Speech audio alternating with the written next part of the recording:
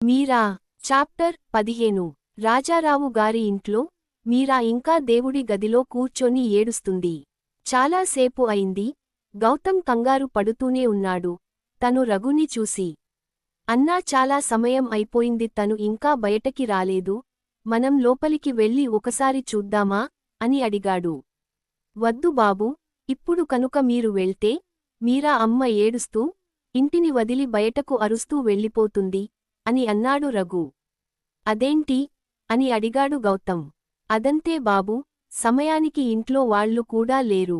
అమ్మగారు ఉండుంటే మీరా అమ్మని ఓదార్చేవారు, సమయానికి అమ్మగారు కూడా లేరు, చిన్నమ్మ గారు కూడా లేరు అని అన్నాడు రఘు. తను ఎవరి మాట వింటుంది అని అడిగాడు గౌతమ్. వాళ్ళ అమ్మగారి మాట తప్ప ఇంకా ఎవరి మాట వినదు. తన దగ్గరికి కూడా వాళ్ళ అమ్మగారిని మాత్రమే రాణిస్తోంది.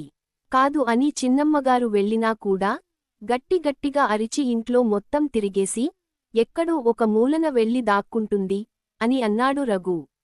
దాక్కుంటుందా అని అడిగాడు గౌతమ్. అవును బాబూ, చెప్పాను కదా, మీరా అమ్మకి కొత్తవాళ్లు ఎవరు కనిపించినా చాలా భయపడుతుంది. రోజు చూసే వాళ్లని కూడా తను నమ్మదు. చాలా భయపడిపోతుంది అని అన్నాడు రఘు. భయానికి మందు మాటలో ఉంటుంది, మనం సర్ది చెప్పే దాంట్లో ఉంటుంది. ఇలా ఒక గదిలో వేసి బంధించడంలో కాదు. నేను వెళ్ళి తనతో మాట్లాడతాను అని గౌతమ్ లేచి నించున్నాడు. వద్దు బాబూ అని గౌతమ్ని ఆపాలని చూశాడు రఘు. చూడండి, మీరే అన్నారు కదా ఇంట్లో ఎవరూ లేరు అని. ఈ సమయంలో తనకు ఏమైనా జరిగితే మనం ఇక్కడ ఉండి లాభం ఏంటి? మీరు నాతో పాటు రావాల్సిన అవసరం లేదు, మీరు గది బయటే ఉండండి. తను పారిపోవడానికి చూస్తుంటే పట్టుకోండి చాలు అని చెప్పి గౌతమ్ దేవుడి గది దగ్గరకు వచ్చాడు. గది తలుపులు తీయాలి అనుకున్నాడు, కాని అవి లోపల నుంచి గడియపెట్టి ఉందని తనకు అర్థమైంది. గౌతమ్ ఆ తలుపు సందులో నుంచి లోపల గడియని తీసి తలుపులు తెరిచేశాడు.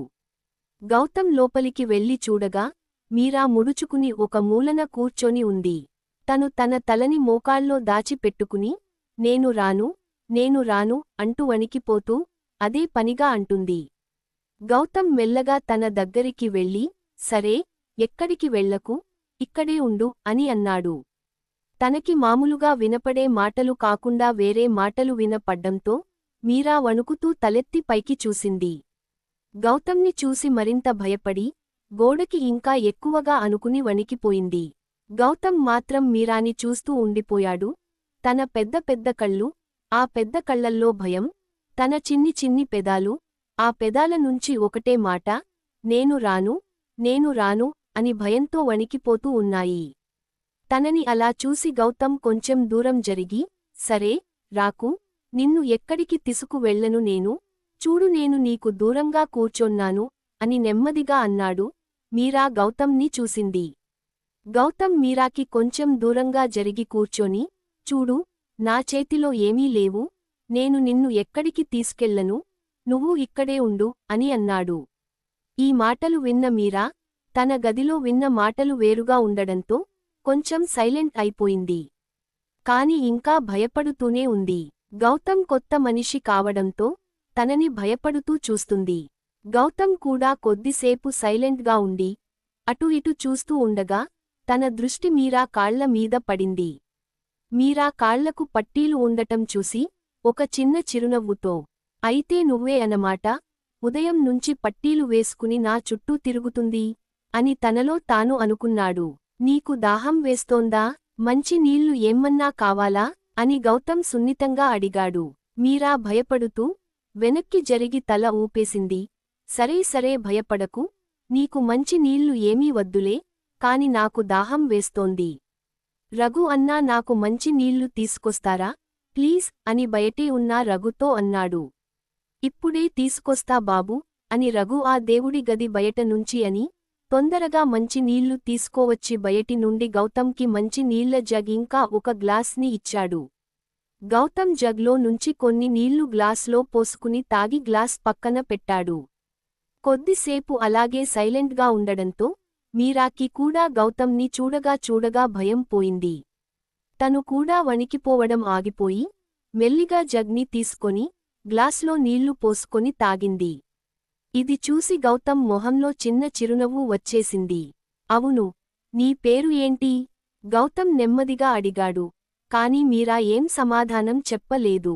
గౌతమ్ అంటే భయం పోయిన కాని ఇప్పటికీ లోపల ఎక్కడో గౌతంతో మాట్లాడాలంటే మీరాకి ఎలానో ఉంది. నేను ఉరికి అడిగానులే, అంటే ఇప్పుడు నీతో మాట్లాడాలి అంటే నేను నిన్ను పిలవాలి కదా, నీ పేరేంటో నాకు తెలియదు, అందుకని అడిగాను అంతే. మీరా ఇప్పుడు కూడా ఏమీ సమాధానం ఇవ్వకుండా అలాగే కూర్చొని ఉండిపోయింది. గౌతమ్ మీరాతో ఏదైనా మాట్లాడించాలని అనుకున్నాడు. అందుకని మీరాని చూస్తూ, నువ్వే కదా పట్టీలు వేసుకొని ఉదయం నుంచి నా వెనుకే తిరిగింది అని అడిగాడు. మరి మీరా గౌతంతో మాట్లాడుతోందంటారా? త్వరలో తెలుసుకుందాం.